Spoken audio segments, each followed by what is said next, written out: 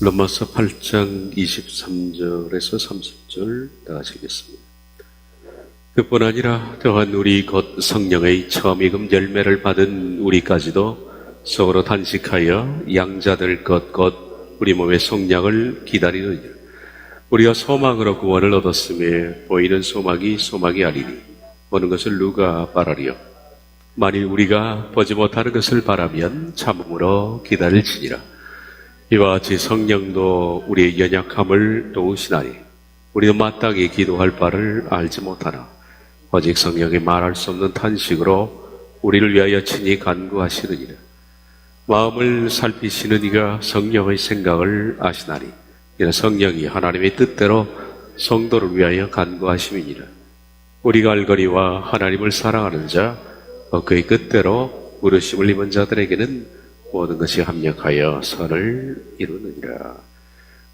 하나님이 미리 아신 자들을 또한 그 아들의 형상을 본받게 하기 위하여 미리 정하셨으니 이는 그로 많은 형제 중에서 맏아들이 되게 하려 하십니다.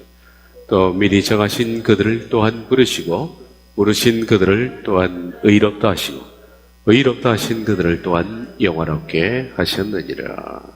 아멘.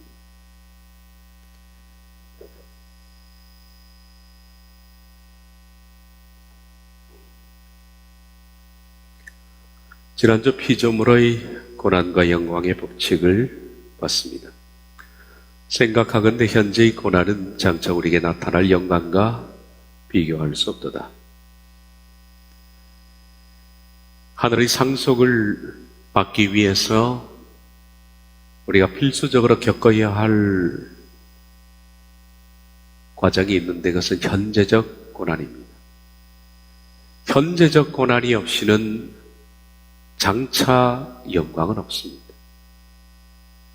많은 사람들은 현재적인 고난을 피하고서 장차 영광을 받기를 바라지만은 하나님께서는 그런 방법을 두지 않았습니다. 그런데 장차 나타날 영광은 현재적 고난과 비교할 수가 없기 때문에 원래 이 뜻은 비교할 가치가 없다. 그 영광과 현재의 고난은 비교할 만한 가치 대상이 아니기 때문에 그래서 그 가치를 아는 사람들은 현재의 고난을 기쁘게 통과한다. 현재적 고난이라는 팟세만은 외부적으로 고통이 오고 잃어버리고 순교하고 하는 그런 단어는 아니야. 이 단어는 내적인 고통을 말한다고 말씀드렸습니다. 그 내적인 고통, 물론 이런 것들이 외부적 고통일 수도 있겠지만은 주로 큰 현재의 고난이라는, 여기서 고난이라는 단어는 자기 자신 속에서 발생하는 괴로움입니다.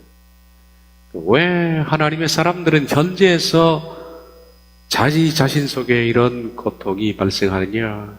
4절 상반절에 있는 것처럼 육신을 따르지 않고 영을 따라 행하는 이것 때문에 그렇다. 그래서 어마어마한 고통이다. 내적으로 자신을 죽이는 것은 고통입니다.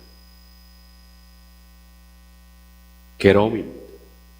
그런데 내적 죽음은 장차 나타날 영광과 좋게 비교할 수 없기 때문에 그 가치를 아는 사람은 기꺼이 현재에서 죽음을 선택한다는 뜻이죠. 지난 시간에 봤던 것처럼 매 순간, 매 사건마다 내가 내적 죽음을 택하기로 작정하는 것은 쉽지 않습니다.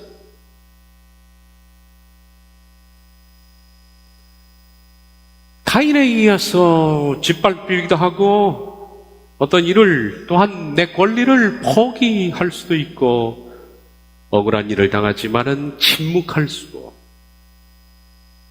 그리고 마땅히 내가 취할 수 있는 권리지만은 양보하기도 하고 아깝지만은 내려놓고 능히 내가 정당하게 아닌 것을 아니라고 얘기할 수 있지만은 변명하지 않고 구차히 항변하지 않고 상대와 다투지 않고 오래 참고 포기하고 이런 내적 죽음을 선택하는 것은 쉽지 않습니다. 말씀드린 것처럼 교인들은 절대로 이런 선택을 하지 않습니다. 교인들은 짓밟히지도 않고 포기하지도 않고 침묵하지 않습니다. 변명하고 항변하고 다투고 그리고 포기하지 않습니다. 그것이 교인과 성도의 차이입니다. 그런데 누가 이런 내적 죽음을 선택하느냐? 교회는 교인들이 지배합니다. 득실하게 지배합니다. 힘을 과시하고 교인들의 목소리가 큽니다. 그것이 세상 교회의 특징입니다. 그러나 진짜 하늘의 성도들은 잘 보이지를 않습니다. 죽으려는 사람들은 보이지 않습니다. 기득권을 차지하고 큰 소리를 내고 교회에서 감을 치고 소유를 주장하고 자기의 우선권을 이야기하고 휘둘고 이런 사람들은 거의 교인이라고 보면 됩니다. 성도는 그렇게 살지 않습니다. 목사를 포함해서 다 그렇습니다. 대부분의 사람들은 내가 사는 쪽을 택합니다. 그래서 죽는 겁니다. 살려고 해서 죽는 겁니다. 내적 죽음을 선택하는 자는 살 겁니다. 로마서 8장 13절 너희가 육신대로 살면 반드시 죽을 것이로되 영으로서 몸의 행실을 성령님으로 몸의 행실을 죽이면 살리니. 대부분의 교인들은 구원을 이루는 이 전쟁이 있는지도 모릅니다. 그래서 대부분 구원을 아직 시작도 하지 않은 사람들이 거의 절대 다수다라고 보입니다. 모든 일에는 법칙이 있습니다. 하나님의 모든 일에는 고난과 영광의 법칙이 있습니다. 피조물도 고난과 영광의 법칙을 적용받습니다. 그래서 피조물이 거대하는 바라 하나님의 아들들이 나타나는 것이니 피조물들이 지금까지 씨름하는 것을 너희가 아느니라. 씨름 과정에서 그들이 거대하는 말은 하나님의 아들들이 나타나는 것이다. 거대한다는 뜻은 말씀드린 것처럼 발끝을 세우고 머리를 쭉 빼서 저 멀리를 쳐다보는 간절한 기대감을 표현하는 말입니다. 피조물들은 그렇게 예수님이 재림에 오기를 간절히 기다리고 있다. 이처럼 피조물에게는 지금 현재적 고난 그리고 마지막에는 영광의 법칙이 있는 것처럼 이 법칙은 하나님의 자녀들에게도 적용이 되는 것이다. 하나님의 자녀들에게도 현재적 고난, 내적 죽음에 그리고 영광의 법칙이 있다라는 겁니다. 그것이 오늘 볼 로마서 8장 23에서 30절 말씀입니다. 이 말씀은 몇 주간에 걸쳐서 말씀을 강론하도록 하겠습니다. 성령님은 어떻게 사람을 돕느냐? 지금 우리가 맨 마지막을 보고 있습니다. 사망 거짓으로부터 자유하게 하고 생각을 변화시키고 죽을 수 있도록 도우십니다. 죽음에 따른 세 가지 확정을 주시고 피조물에게는 고난과 영광의 법칙이 있는 것처럼 하나님의 자녀에게도 마찬가지로 고난과 영광의 법칙이 있다. 사실은 로마서는 8장 30절로 끝나는 겁니다. 나중에 31절부터 마지막 절까지는 바울이 너무나 감동해서 그가 신앙 고백하는 것이 나오고 그리고 나머지는 9장 10장부터 해서 13장까지는 기타 우리가 어떻게 살라는 권고를 하니까 결의는 여기서 끝나는 거죠. 그리고 맨 마지막에 몇 주간에 걸쳐서 볼 하나님의 자녀의 고난과 영광의 법칙입니다. 오늘은 8장 23절 한 절을 보겠습니다. 그뿐 아니라 또한 우리 곧 성령의 처음 익은 열매를 받은 우리까지도 서로 단식하여 양자될 것 곧 몸의 성량을 기다리느니라. 고난과 영광의 법칙은 인간이 타락한 뒤에 제정하신 하나님의 법칙입니다. 이것은 피조물에게도 적용되고 그리고 하나님의 자녀에게도 적용됩니다. 누구든 예외는 없습니다. 피조물도 신음과 탄식, 기다림 그리고 영광입니다. 피조물도 그렇고 하나님의 자녀들도 현재적 고난, 신음, 탄식, 기다림 그리고 영광입니다. 이 법칙에서 벗어날 사람은 없다. 피조물도 없고 그리고 하나님의 자녀도 없습니다. 그러므로 현재적 고난을 피하고서 영광에 참여하려는 사람들은 하나님의 양들이 아닙니다. 그들은 성도를 모방할 수는 있어도 진짜 성도가 아니다. 피조물들도 고난 가운데서 하나님의 아들들이 나타나기를 간절히 기다리는 것처럼 모든 천국길을 걷는 이 땅에 사람들 역시 고난 가운데서 간절히 기다립니다. 바로 그것이 어떤 의미에서는 천국길을 걷는 사람들의 증명이기도 합니다. 내가 천국길을 지금 걷고 있느냐 그렇지 않느냐 하는 것을 뭘로 입증하겠습니까? 그것은 내가 현재 내적 자아의 죽음, 이 고난 가운데 있느냐 하는 겁니다. 이 고난 가운데에서 멀리 바라보고 목을 쭉 빼서 발끝을 세우고 기다리고 있느냐 하는 것입니다. 그것이 바로 천국인들의 증명입니다. 그렇지 않은 사람들은 증명할 수가 없습니다. 로마서 8장에 하자면 두 가지 단어로 설명하는데 탄식과 기다림입니다. 이 말씀은 단어를 설명드리겠습니다마는 천국인들은 지금 현재적으로 탄식하고 기다립니다. 그런 자에게 장차 나타날 영광은 좋게 비교할 수가 없는 겁니다. 내가 바른 천국인이냐, 내가 구원을 이루어가는 사람이냐, 그 증명은 내 속에 탄식과 기다림에 있느냐, 탄식과 기다림으로 내가 애가 타는 사람, 이것이 애가 타는 사람, 탄식과 기다림으로 가슴앓이를 하는 사람, 가슴에 깊은 상처가 있는 사람, 이런 탄식과 기다림은 천국인들의 삶을 몹시 불편하게 합니다. 우리가 구원의 길을 걷는, 바로 걷는 그 순간 이 세상이 몹시 불편합니다. 이 세상에서 방황하기도 하고 정착을 할 수가 없습니다. 그리고 세상과 부조화를 겪을 수밖에 없는 겁니다. 우리의 시민권은 하늘에 있는지라. 그러나 이런 가슴앓이로 몸살을 앓고 있는 것이 문제가 아니라 많은 사람들이 가슴앓이가 없다는 것이 문제가 아니겠습니까? 교회를 나오는 대부분의 사람들이 가슴앓이를 하지 않는다는 거, 탄식과 기다림이 없다는 거, 그 자체가 심각한 문제지. 탄식과 기다림으로 가슴앓이가 한다는 것은 그것이야말로 우리가 바른 길을 걷고 있다는 신호탄입니다. 대다수의 교인들은 그것이 없이 아무런 충돌과 갈등 없이 세상을 그냥 살아내고 있습니다. 그뿐 아니라 또한 우리 곧 성령의 처음 익은 열매를 받은 우리까지도, 그뿐 아니라 라는 것은 피조물뿐만 아니라, 지난 설명했던 피조물뿐만 아니라 피조물에게는 영광, 고난과 현재적 고난과 영광의 법칙이 있다. 피조물들은 목을 쭉 빼고 저 멀리 장차 나타날 영광을 기다리고 있다.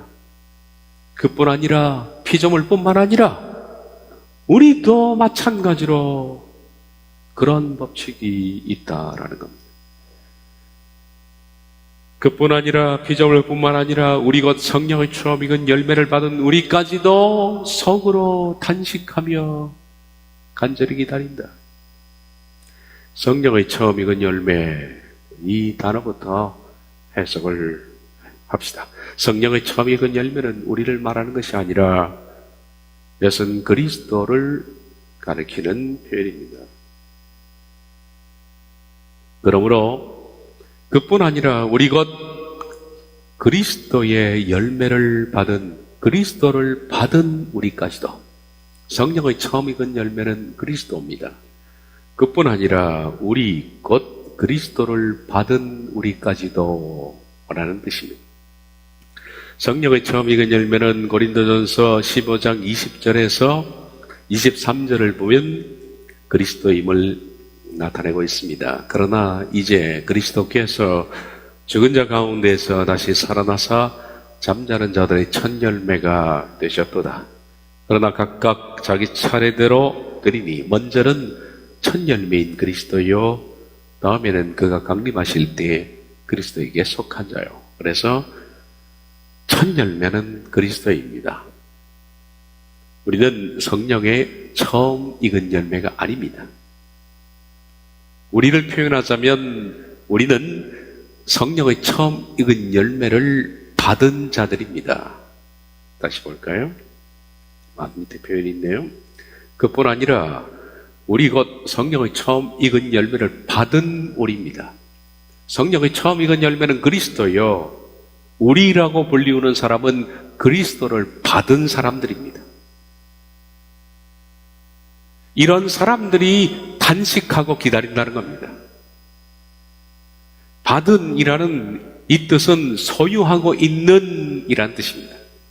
에콘테스, 이거는 having입니다. having, 소유하고 있는, 그리스도를 소유하고 있는, 그뿐 아니라 우리 곧 그리스도를 소유하고 있는 우리까지도.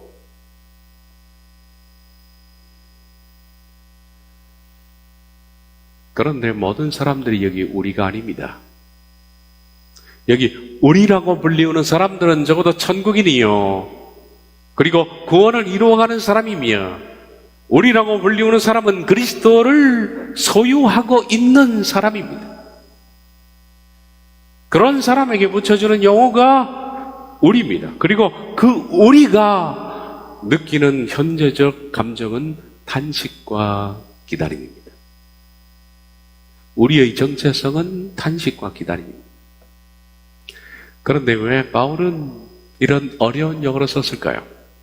그냥 쉽게 그뿐 아니라 우리 곧 그리스도를 받은 소유한 우리까지도 라고 표현하면 될 텐데, 그리스도를 성령의 처음 익은 열매라고 표현하는 것은 바울이 어떤 뜻을 가지고 있는 겁니다. 성령의 처음 익은 열매, 이 뜻을 좀 이해를 할 필요가 있겠죠. 그리스도를 성령의 처음 익은 열매라고 표현한 이유는 예수님의 삶과 관계되어 있습니다. 그분은 처음 익은 열매를 맺기 위해서 어떻게 하셨습니까? 열매를 맺기 위해서 죽으셨습니다. 그래서 열매입니다. 열매라고 표현하는 것은 근본적으로 죽어서 맺는 겁니다. 하늘의 씨가 땅에 떨어져 죽지 아니하면 하늘 그대로 있고 죽음의 많은 열매를 맺느니라. 자연의 법칙은 씨가 떨어져 그 씨가 죽으면서 맺혀지는 것이 열매입니다. 처음 익은 열매, 그러면 우리가 성령의 열매도 마찬가지입니다. 성령님의 열매는 사랑과 희락과 화평과 오래 참음과 그냥 맺혀지는 것이 아니라 이것은 죽음이라는 것을 전제로 하는 겁니다. 죽어야 맺혀지는 것이 열매입니다. 그래서 성령의 처음 익은 열매, 그리스도를 그렇게 표현한 것은 그리스도의 십자가를 강조한 겁니다. 부활이 열매죠? 그러나 부활이 있기 전에 뭐가? 죽음이 있었다는 겁니다. 십자가의 죽음, 그리고 부활. 그 부활의 열매는 죽음에서부터 오는 것이다 라는 것을 강조할 때 쓰는 표현이 성령의 처음 익은 열매입니다. 예수님은 십자가에서 먼저 고난을 당하시고 그리고 죽음의 삶을 사셨습니다. 그 결과 성령님께서 예수님을 부활시키셨습니다. 그래서 예수님은 성령님의 처음 익은 열매입니다. 구약에서 처음 익은 열매라는 것은 하나님의 소유를 말합니다. 하나님의 것은 누구든 손을 못 댑니다. 하나님의 신성한 열매, 소유라는 뜻이 처음 익은 열매입니다. 하나님은 첫 것은 내 것이다. 누구든지 손대지 말라 그랬습니다. 예를 들면 모든 처음 익은 열매 다 하나님의 신성한 소유물입니다. 농사에서 짓는 첫 수확물, 그리고 11조도 여기 들어가는 겁니다. 엉터리 없는 사람들이 폐지론을 주장하지만은 개념 자체를 이해를 못하는 것 같습니다. 하나님은 10의 1조를 통해서 원하신 것은 그것은 하나님의 신성한 내 몫이라는 하나님의 것이라는 겁니다. 첫 수확물 10분의 1, 그리고 동물 가운데 첫 출산된 새끼, 그리고 장자, 남자아이 가운데 첫 번째 태어난 장자, 다 하나님의 겁니다. 이건 손대는 것을 도적이라고 그렇게 합니다. 하나님의 것을 훔쳐가는 도적입니다. 이것은 일단 이것이 태어났다는 것은 그것은 하나님의 소유입니다. 거기에 미련을 둬서는 안 됩니다. 그건 하나님의 것입니다. 첫 열매가 의미하는 것은 뭐냐 하면 신기하지 않습니까? 우리가 농사를 해서 씨를 뿌리고 그러면 뭐가 처음 탁 태어납니다. 참 신기합니다. 자식도 처음 태어나고 동물도 첫 배에서 나옵니다. 참 신기하죠? 이건 하나님이 우리에게 주신 겁니다. 하나님의 것입니다. 그러므로 처음 것이라는 것은 다 하나님의 것을 말합니다. 손대지 말라는 겁니다. 처음 것이 있다는 것은 두 번째, 세 번째도 계속 있다는 거 말합니다. 처음 것은 하나님께서 내게 바치라 한 것은 이것은 내가 너희에게 준 것이라는 거예요. 그걸 기념하기 위해서, 기억시키기 위해서 하나님은 첫 것을 손대지 못하게 한 겁니다. 첫 것에 대한 개념이 없이 이것도 저것도 다 내 것이고 마구마구 치우면 개념을 모르잖아요. 처음 태어난 것, 하나님이 우리에게 주신 것이구나. 하나님이 우리에게 선물을 해주신 것이구나 라는 것을 뼈저리게 아주 깊이 인식시키기 위해서 하나님은 처음 것을 손 못 대게 하신 거죠.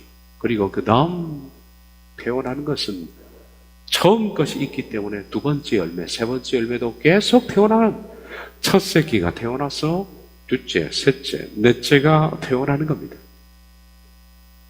따라서 그리스도께서 성령의 처음 익은 열매, 곧 부활을 말하는데 그리스도께서 성령님이 죽으시고 부활시킨 첫 번째 열매라면 그 다음 또 다른 열매들이 있다는 겁니다. 그것이 누구냐? 바로 그리스도에게 속한 자들입니다. 속한 자들입니다. 그리스도는 성령님의 첫 부활이십니다. 그리고 그 다음 그리스도께 속한 자들, 아까 봤던 고린도전서 15장 23절, 그에게 속한 자들, 그리고 로마서의 표현에 하자면 성령의 처음 익은 열매를 받은, 성령의 처음 익은 열매, 그리스도를 소유하고 있는 자들도 바로 열매에 참여를 한다는 겁니다. 그런 점에서 그리스도는 성령의 첫 열매다. 여러분, 그리스도 이전에도 죽었다 부활한 사람이 있습니다. 그렇지 않습니까? 나사로입니다. 나사로도 예수님이 이전에 죽었다 부활했고, 그리고 예수님이 부활하기 전에도, 예수님이 십자가에 죽으실 때도 부활한 사람들이 수도 없이 많았습니다. 마태복음 7장 강해할 때 이 부분을 말씀드렸습니다. 예수께서 다시 크게 소리 지르시고 영원히 떠나시니라. 이에 성소 휘장이 위로부터 아래까지 찢어져 돌이 되고 땅이 진동하며 바위가 터지고 무덤들이 열리며 자던 성도의 몸이 많이 일어나대요. 예수의 부활 후에 그들 무덤에서 나와서 거룩한 성에 들어가 많은 사람에게 보이니라. 제가 이것은 그렇게 해석을 했습니다. 그때 실제적인 사건이다. 무덤에서 죽었던 성도들이 그리스도께서 죽으실 때, 부활하기 전 십자가에 죽으실 때 부활했습니다. 실제 있었던 일들입니다. 그런데 이들이 누구냐? 이들은 구약이나 신구약 중간기, 말라기와 마태복음 사이에 유명한 하나님의 사람들입니다. 그냥 평범한 사람이 누가 봐도 저분이 누구다 하는 것을 딱 알 정도의 사람들을 주님께서 일으켜서 부활시키실 겁니다. 그래서 그 부활을 많은 사람들에게 예루살렘 가서 증거한 거죠. 이것은 하나의 증거를 위해서 일으키신 부활체들입니다. 어쩌면 이 속에는 구약의 유명한 인물들도 들어있었을 겁니다. 그런 관점에서 예수님이 이전에 나사로도 많은 사람도 부활했습니다. 그런데 이들이 예수님보다 부활에 앞섰지만 성령의 처음 익은 열매라고 부르지 않습니다. 왜? 부활만을 의미하는 것이 아니죠. 성령의 처음 익은 열매라는 것은 그러므로 예수님처럼 십자가의 고난과 죽음 그리고 부활까지를 언급하는 단어다. 십자가를 통해서 죽고 고난을 받고 죽고 부활하는 그것이 전제가 된 단어가 바로 성령의 처음 익은 열매라는 사실을 알 수가 있습니다. 우리 곧 성령의 처음 익은 열매를 소유하고 있는 우리까지도, 그러므로 여기 바울이 이렇게 표현한 그리스도를 성령의 처음 익은 열매라고 표현한 것은, 그리고 이 열매를 소유하고 있는 우리까지도 라는 것은, 여기 우리라는 사람은 그리스도께서 죽으시고 부활하신 그것처럼 자기 자신도 내적 죽음과 부활하는 그 사람을 가리켜서 우리라고 부르는 겁니다. 그래서 이런 표현을 쓴 겁니다. 우리라는 사람은 오늘 현재적으로 자기 자신이 고난을 겪습니다. 내적 죽음으로. 그런 사람이 부활에 참여하는 것이다. 그가 그리스도를 소유한 사람이다. 성령의 처음 익은 열매를 소유한 사람이고 그리스도께 속한 사람이다 라는 겁니다. 이런 사람들의 라이프 스타일은 이 세상을 단식하며 기다리고 있다. 그뿐 아니라 우리 곧 성령의 처음 익은 열매를 받은 우리까지도 속으로 단식하여 양자될 것, 곧 우리 몸의 속량을 기다리느니라. 그런 사람들은 성령의 처음 익은 열매 그리스도를 받은, 그리스도의 십자가와 부활의 법칙을 받은 사람들도 마찬가지로 자기도 현재적으로 죽고 부활하는 패턴을 받은 거죠. 그런 사람들은 현재의 삶을 살면서 단식하여, 그리고 두 번째, 양자될 것, 곧 우리 몸의 성량을 기다리는 사람입니다. 그러므로 내적 죽음을 이루는 사람은 단식과 기다립니다. 첫 번째, 속으로 단식한다. 단식이라는 스탠나조는 동물들이 너무너무 괴로워서 으르렁거리는 것, 그게 스탠나조. 그냥 으르르 하는 그 나빠서 신음하는 소리 말입니다. 신음소리. 그리고 특별히 스테나조는 출산과 관계되어 있습니다. 산통으로 산모가 아파서 쩔쩔매면서 그 신음소리를 내는 그게 스테나조. 이 세상에서 내적 죽음으로 그리스도의 성령의 처음 익은 열매를 닮아가는 그 사람은 이 세상을 스테나조, 마치 산모가 산통을 하듯이 그렇게 아픈 신음소리를 낸다라는 겁니다. 누가 하나님의 백성으로 살아가는 것을 즐겁다고 했습니까? 믿는 것이 즐거운 일은 아닙니다. 믿는 것은 고난입니다. 우리 곧 성령의 처음 익은 열매를 소유하고 있는 이것은 정말 큰 복입니다. 비할 수 없는 복입니다. 그런데 이것이 비할 수 없는 엄청난 복이지만 현재적으로는 고통입니다. 그런 내적 자아가 죽기 때문이죠. 내적 자아의 죽음으로 인해서 마치 산모가 산통을 하듯이 통증을 느끼고 있습니다. 그러나 에스테나조는 그런 산통 뒤에는 아이가 출산하는 기쁨이 있는 것처럼 그런 산통, 탄식하는 자는 반드시 영광의 부활에 이릅니다. 이 영광의 부활은 지금 현재적 산통과는 비교할 수가 없는 겁니다. 그래서 마치 산통을 겪는 것처럼 세상을 사는 거죠. 그것은 이 세상이 하늘의 법칙과 전혀 맞지 않기 때문에 겪는 고통이기도 하지만은 더욱 큰 고통은 내적으로 죽기 때문에 고통입니다. 여러분 죽어본 적 있습니까? 죽으려고 작정한 적 있나요? 죽으려고 애를 쓴 적이 있습니까? 살아나려고 애를 쓴 적은 있죠. 나를 방어하고 밥부터 싸우고 변명하고 분노하고 이건 우리가 많이 해서 익숙한 것이지만은 어떤 상황 속에 죽으려고 애를 쓴 사람들은 내적으로 소갈이가 심한 겁니다. 그래 본 적이 있습니까? 이것은 큰 고통입니다. 그러나 장차 나타날 영광과 좋게 비교할 수 없기 때문에 그런 상황 속에서 기꺼이 그것을 선택하는 거예요. 아쉬움 없이 죽기로 작정하는 거죠. 그것이 천국입니다. 그러나 그 고통은 결코 고통으로 끝나지 않습니다. 부활이라는 출산의 행복으로 이어집니다. 앞에서 제가 언급했던 내용인데 매 순간, 매 사건마다 내적 죽음을 택하는 것은 쉽지 않다. 그것은 타인에 의해서 자신이 짓밟히기도 하고 포기하고 침묵하고 양보하고 내려놓고 변명하지 않고 항변하지 않고 다투지 않고 오래 참고 포기하고 최악의 상황에는 죽임도 당하는 마치 고린도서 13장에 나와 있는 사랑은 오래 참고 온유하며 투기하는 자가 되지 않고 사랑에 대한 열거들. 사랑이라는 건 참 아름다운 단어지만 이 사랑 안에는 쓰라린 게 들어있습니다. 쓰라린 게. 누가 기꺼이 이것을 택하겠느냐? 누가 이것을 기꺼이 선택하겠습니까? 우리는 대부분 내가 사는 쪽을 선택해서 죽는다고 그랬습니다.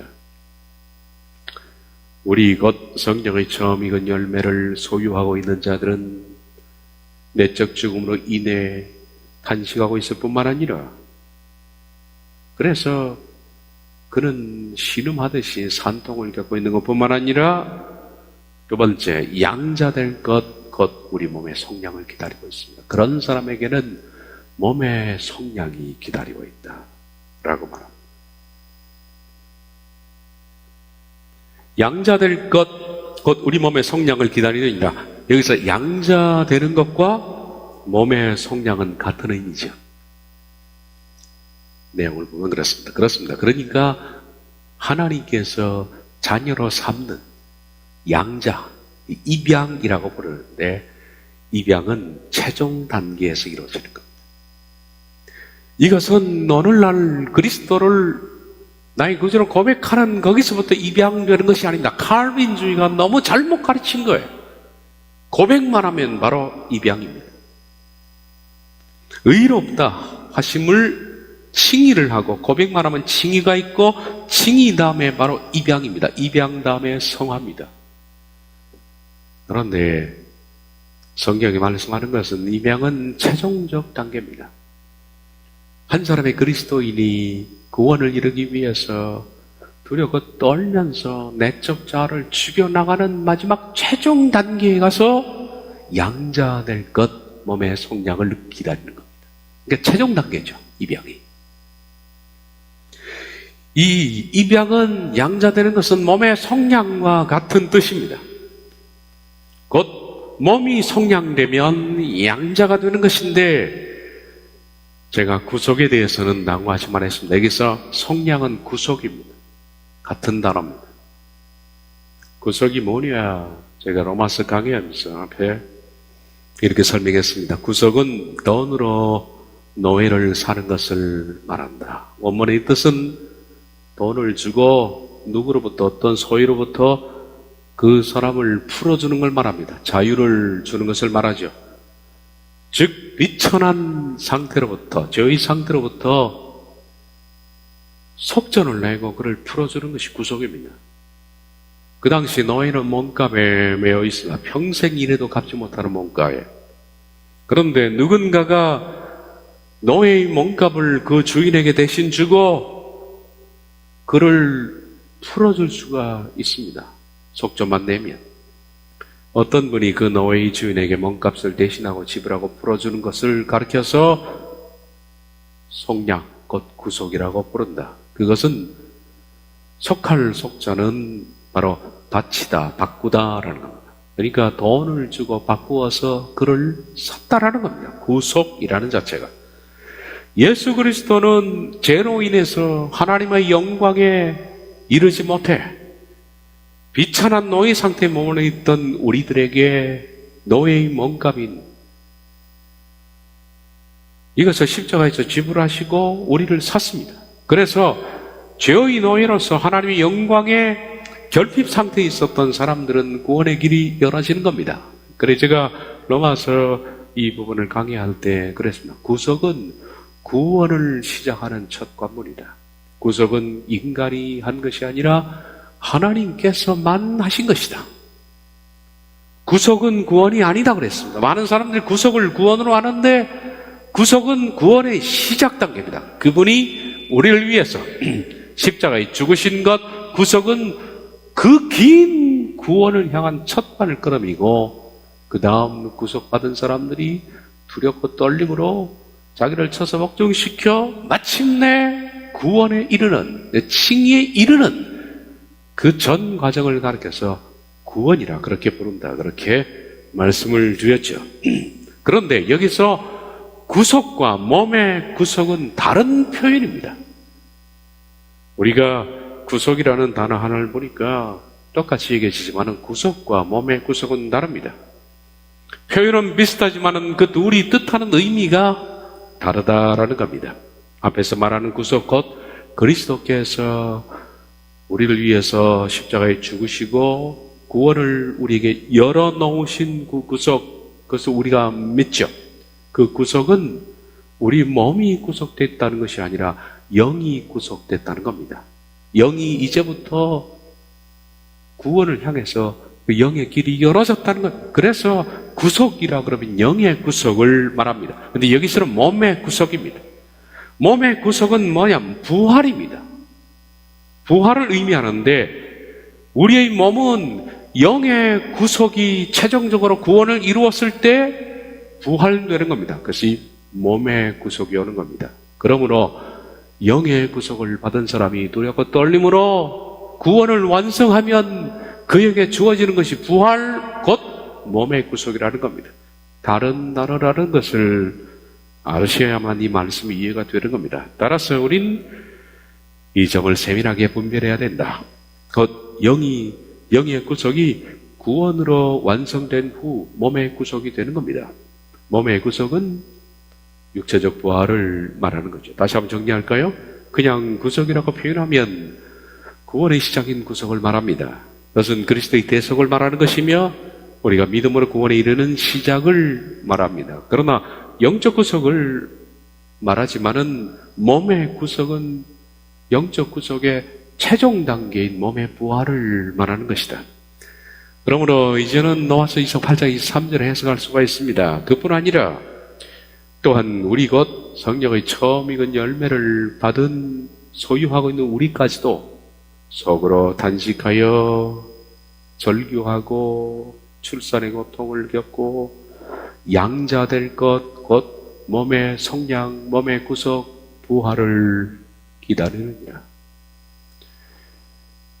하나님의 사람들은 내적 죽음을 겪는 사람들은 두 가지.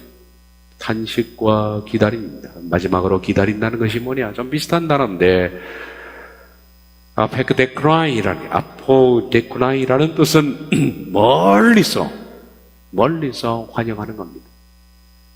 직접 가지는 못하지만 멀리 떨어져서 환영하는 것은 그것을 간절히 기다리고 즐거워하고 기뻐하고 멀리 떨어져서 피조물도 기다린다고 그랬죠. 근데 피조물이 기다린다라는 표현은 고대한다라고 표현했죠. 그 단어의 뜻은 그때 그렇게 설명했습니다. 아포칼라도키아라는 것은 멀리서 발끝을 세우고 머리를 쭉 빼서 바라보는 간절한 기대감. 피조물도 이렇게 기대하고 기다리며, 그리고 하나님의 사람들도, 내적으로 자아가 죽는 사람들도 탄식하면서 멀리서 하나님의 도성을 바라보면서 그것이 기쁜 거예요. 현재적으로는 내적 죽음이 무지하게 고통스럽고 쓰라리고 힘들지만 저 멀리 신의 도성을 바라보면서 여기서 환영하며 기뻐하는, 그것 때문에 찾는 겁니다. 그것 때문에 현재적 고난을 기꺼이 감수하는 것을 하나님의 사람들이다. 마찬가지로 천국인들도 간절히 기다립니다. 멀리 떨어져서 기다린다라는 말은 히브리 11장에도 비슷하게 나와 있습니다. 13절. 이 사람들은, 11장 13절입니다. 이 사람들은 다 믿음을 따라 죽었으며 약속을 받지 못하였을 때 그것을 멀리서 보고 환영하고, 천국인들은 멀리서 보면서 환영해. 그러나 이 땅에서는 약속도 받지 못하고 그리고 죽음이 있고 힘든 과정이 있었습니다.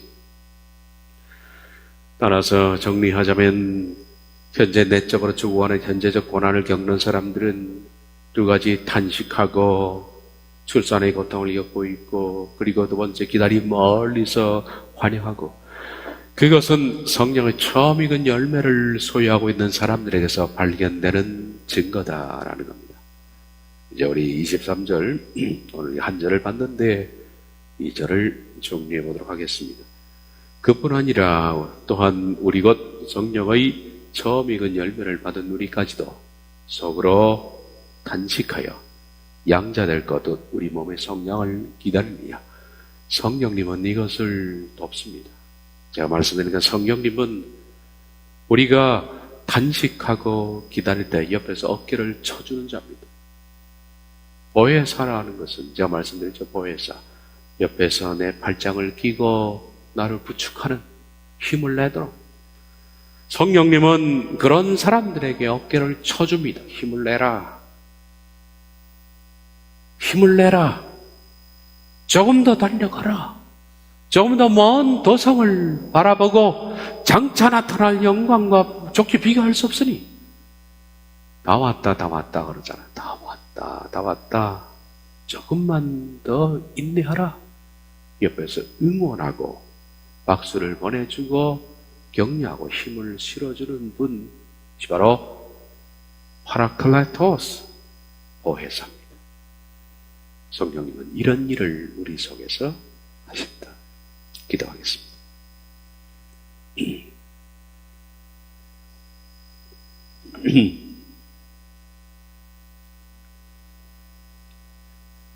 그뿐 아니라 또한 우리 곧 성령의 처음 익은 열매를 받은 우리까지도 성으로 탄식하여 양자될 것, 곧 우리 몸의 속량을 기다리느니라.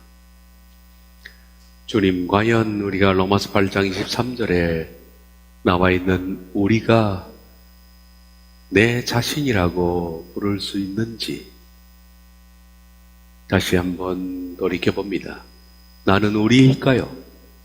여기서 말하는 우리 속에 내가 들어갈까요? 내적 자아의 죽음으로 현재적 고난을 기꺼이 감수하며 항변하지 않고 변명하지 않고 다투지 않고 들레지 않고 주장하지 않고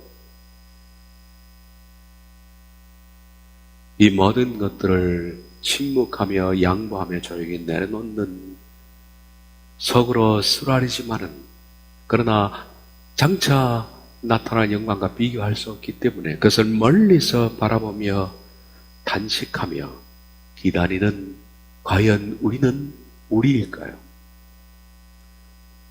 우리 모두가 로마서 8장 23절에 우리가 되었으면 좋겠습니다. 예수님의 이름으로 기도합니다.